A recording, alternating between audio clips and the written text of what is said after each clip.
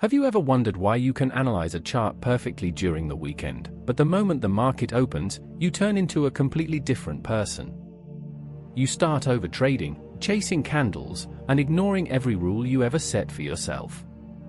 You see a clear rejection candle, you know your strategy says wait for the retest, but your finger hovers over the buy button like a twitchy trigger. You're not stupid, and your strategy isn't broken. You're just biologically compromised. Most traders treat their minds like an infinite resource, a digital battery that never dies, but your brain is a physical organ that needs maintenance just like any other muscle in your body.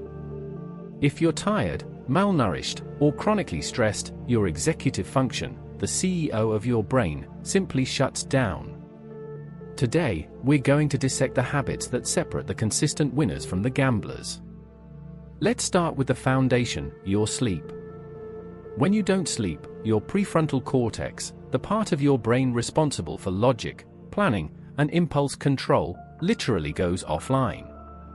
Studies in neuroscience have shown that sleep-deprived brains show diminished activity in the frontal lobes, which means your ability to calculate risk-to-reward ratios or wait for a confluence of indicators drops to near zero.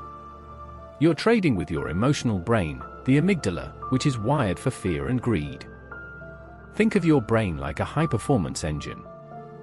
If you try to redline an engine without oil, it's going to explode. Sleep is your oil. Without it, you're not making trading decisions, you're making emotional guesses. A consistent trader prioritizes sleep because they know a tired brain is an expensive mistake.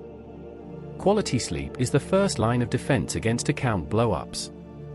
When you skimp on REM cycles, you aren't just groggy, you are functionally impaired. Imagine walking onto a trading floor with a blood alcohol content that mimics intoxication. That is exactly what sleep deprivation does to your decision-making speed and accuracy. Moving on to how you fuel that engine.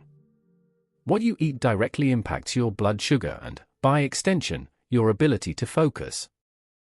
If you're slamming energy drinks and sugary snacks while staring at the charts, you're putting yourself on a rollercoaster of highs and crashes. Think about the biology here. Sugar causes a rapid spike in glucose, giving you a temporary, jittery focus, followed by an inevitable crash that leaves your brain starved of the stable energy it needs for complex pattern recognition. When your blood sugar drops, your brain enters a state of panic, and that panic translates directly into hesitation or, worse, impulsive entries. Elite traders treat their bodies like professional athletes. They don't fuel with junk because they know mental clarity is their primary competitive advantage. If you were to watch the daily habits of successful proprietary traders, you wouldn't find them fueled by gas station snacks and caffeine pills. You would see them opting for sustained-release energy sources, hydration, and balanced nutrients. Your diet is a direct input for your trading performance.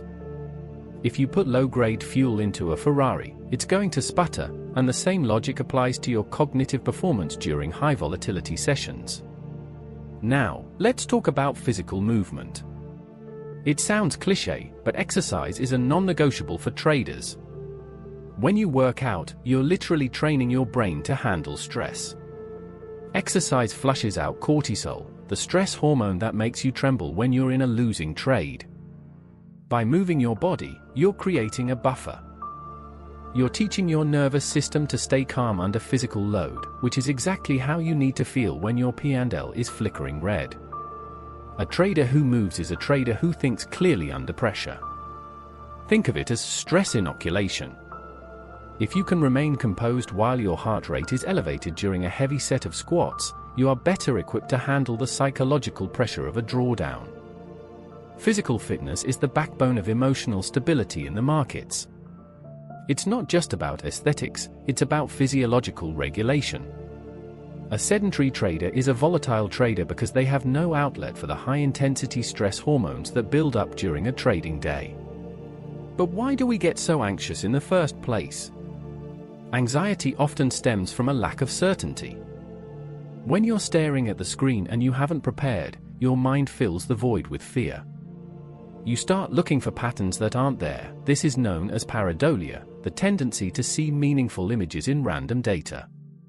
You're not trading the market, you're trading your own internal unrest. Anxiety makes you seek setups where there are only market traps. When you feel that tightness in your chest, it's a biological signal that you're unprepared or over-leveraged. You have to learn to distinguish between a valid market move and your own internal anxiety. Your entry is only as good as your state of mind at the moment you click buy. We combat this with a rigid pre-market routine. Think of it like a pilot's checklist. Before a plane takes off, the pilot doesn't just wing it. They check the fuel, the systems, and the weather. Why would you risk your capital without a similar process? Your pre-market routine is where you anchor yourself. Whether it's reading your rules, reviewing your levels, or simply breathing for 10 minutes, this routine separates your life from your trading. It tells your brain that it's time to perform. A disciplined routine creates a psychological container for your day, signaling to your subconscious that the time for chaos is over and the time for execution has begun. Next, we have to talk about journaling. Most traders think journaling is just writing down their P&L. They're wrong. True journaling is about recording your thoughts, your biases, and your emotional state before, during, and after the trade. If you don't write it down, you're just repeating the same mistakes, hoping for a different outcome, the definition of insanity. A journal is your objective mirror. It shows you the patterns in your behavior that you're blind to when you're in the heat of the moment. You need to capture the why behind every decision. Was it fear of missing out? Was it a revenge trade after a loss? Was it boredom? Journaling is the only way to turn your failures into data. When you analyze your trades, you should be looking for emotional triggers. If you document that you always lose money on Tuesday afternoons when you're hungry, you can change your schedule. Journaling transforms your subjective experience into objective data, which is the only way to evolve. This leads us to how you review your operations. Don't just look at the money. Look at the process. Did you follow your plan? Did you cut your loss when the setup failed? Did you take profit too early because you were afraid? Reviewing is not about judging yourself, it's about auditing your discipline. If you only focus on the result, you'll never fix the underlying habit. You have to become a scientist of your own trading. A scientist doesn't get angry at a failed experiment, they look at the variables and adjust. Reviewing correctly is the only path to long-term growth. It's about taking the emotion out of the audit. If you can review your losses with the same clinical detachment that you review your wins, you have reached a level of professional maturity that 99% of retail traders never achieve. Now, let's get real about burnout. You can't trade 8 hours a day, 5 days a week, at peak performance. It's impossible. If you feel like you're constantly drained, resentful of the charts, or just numb to the losses, you're burned out. Burnout is the death of a trading career. It happens when you ignore your need for recovery. You need to step away. Take a day off. Go outside. If you don't rest, the market will force you to rest through a massive, avoidable loss. Burnout is a warning sign that you've lost your balance. Think of it like a professional athlete. They have an off-season, they have recovery days, and they have specialized training. Why do traders think they are above the laws of human fatigue? To maintain clarity, you have to be intentional about your environment. Your trading space should be a sanctuary, not a prison. Remove distractions. Keep it clean. When your environment is chaotic, your mind is chaotic. Clarity comes from simplicity. Don't clutter your charts with 50 indicators that you don't even understand. That indicator clutter is usually just a symptom of a trader who lacks confidence in their own price action analysis. 1 or 2 tools and a clear mind will always outperform a complex system managed by a stressed-out trader. Mental clarity is the result of a deliberate, minimalist environment. Finally, let's address the elephant in the room, the impact of chronic stress. Stress isn't just a feeling, it's a chemical cascade that rewires your brain to be reactive. When you trade under constant stress, you're literally training your brain to be fearful. You develop a scarcity mindset where you're always trying to protect what you have rather than executing your edge. This is why you hold losers too long. You're terrified of the pain of the loss. You are biologically hardwired to avoid pain, but in the market, pain is part of the cost of doing business.